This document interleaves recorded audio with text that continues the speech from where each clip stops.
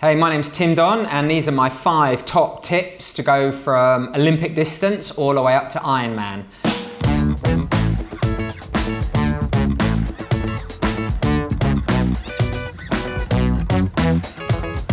Tip number 1, there are 4 disciplines, and the 4th discipline is nutrition.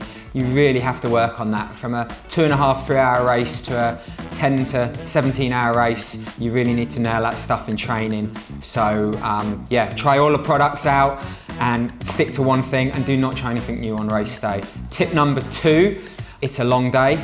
You are going to go through highs, obviously, but you're going to go through some hell of a lows. So you need to be prepared for that.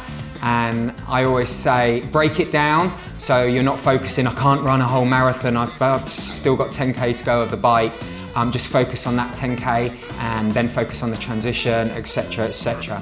Tip number 3, enjoy it. Seriously guys, why do all that sacrifice, all the early morning swimmings, all those no beers, hopefully, all that healthy eating, all that equipment you've bought from Sigma Sport, but enjoy it, really. You don't want to make all that sacrifice and be a miserable bugger on race day. You're not always going to have great races, unfortunately, and sometimes your mates will beat you, but really enjoy it. Tip number 4, got to get a bike fit, seriously.